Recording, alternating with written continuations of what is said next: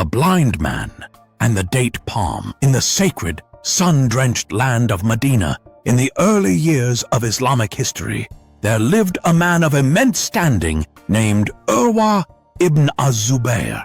Urwah was a respected scholar, a relative of the Prophet Muhammad, and a man of great wealth. He was expanding his grand estate. Adjacent to his new property stood a lone, modest date palm. It was not a grand orchard, just one tree, but it stood its ground, and it belonged to a man with absolutely nothing else, a poor blind man from the desert tribes. The story we tell is not just about land, but about the true price of a single date palm and the extraordinary lengths to which God will go to uphold the rights of the weakest among us. As Urwah's workers began clearing his newly acquired land, they approached the small date palm. Urwah, viewing it as a mere inconvenience, simply decided it needed to go. He assumed the owner would accept a quick payment. But when his men tried to move the tree, the blind owner protested vehemently. This was not just a tree, it was his only source of livelihood. It provided the few dates he could sell or eat to feed his family. It was his inheritance. Urwah, confident in his wealth, offered a very generous price for the time. He offered enough money that would have been a windfall for a poor man. "Take this gold, my friend," Urwah urged, "and be done with this matter. This tree is an obstacle to my estate." But the blind man shook his head. "O noble Urwah," he replied, "I cannot sell it. It is my very life. I seek the reward of Allah for the sustenance it grants me. I cannot part with it, no matter the price." Urwah was not used to being refused, especially by a man of such humble means. He felt insulted. He saw the refusal not as piety or necessity, but as obstinance. His patience worn thin and his pride stung. Urwah decided to leverage his influence.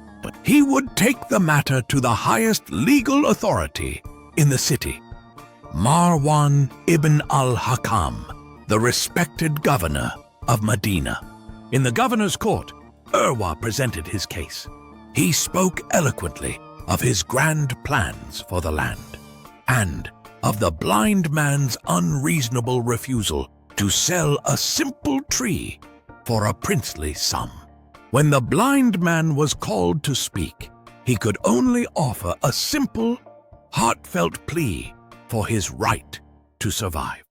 The governor, Marwan, listened to both sides, but the voice of the wealthy and powerful, Urwah ibn Az-Zubayr, carried far more weight than the quiet desperation of a blind, penniless man. The ruling came down swiftly and heavily. The governor ruled in Urwah's favor. The blind man was ordered to surrender the date palm to Urwah. The decision was final. The blind man left the court, heartbroken and shattered. He had lost his last possession to the very system meant to protect him. He walked away, not with a curse for Urwah, but with a plea to the one king whose judgment is never flawed. He looked up at the vast desert sky, his blind eyes filled with unshed tears, and he said, with a voice full of quiet grief, "I submit my case to the Lord of the heavens. I will show Urwah that Allah's justice is greater than the justice of the ruler." That very night, something extraordinary and terrifying happened. Medina was struck by a freak, powerful storm. Winds howled, rain lashed down, and the sky was split by intense flashes of light. It was an unusual, ferocious display of nature's raw power. But the storm did not strike widely. It appeared to focus its fury on a single location. In the middle of the night, a devastating bolt of lightning shot down from the sky. It did not hit Urwah's grand new house. It struck one thing and one thing only: the contested date palm. The next morning, the storm had passed, leaving behind a clear, quiet sky. But all that remained of the blind man's tree was a charred, smoking stump. The palm was utterly and completely destroyed. The news spread like wildfire throughout Medina. People spoke of the blind man's heartbroken prayer and the immediate, terrifying response from the heavens. When Urwah ibn Az-Zubayr heard the news, he was shaken to the very core. He immediately understood the magnitude of what had happened. This was a direct sign from the Almighty. The thunderclap was God's decree. The lightning bolt was the execution of divine justice. He had unjustly seized the property of a poor, blind, and oppressed man, and Allah had intervened with terrifying speed. His wealth and his position, none of it mattered before the will of God.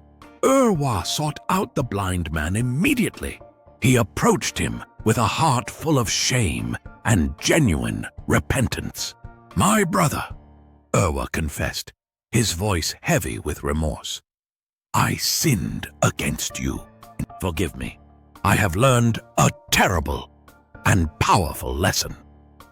Urwah not only sought his forgiveness, but gave him a substantial amount of wealth, far more than he had initially offered, as compensation for the palm and for the pain he had caused him. The great scholar Urwah spent the rest of his life relaying this story to others as a stark warning. He is famously quoted as saying, "Woe to him who strives against Allah.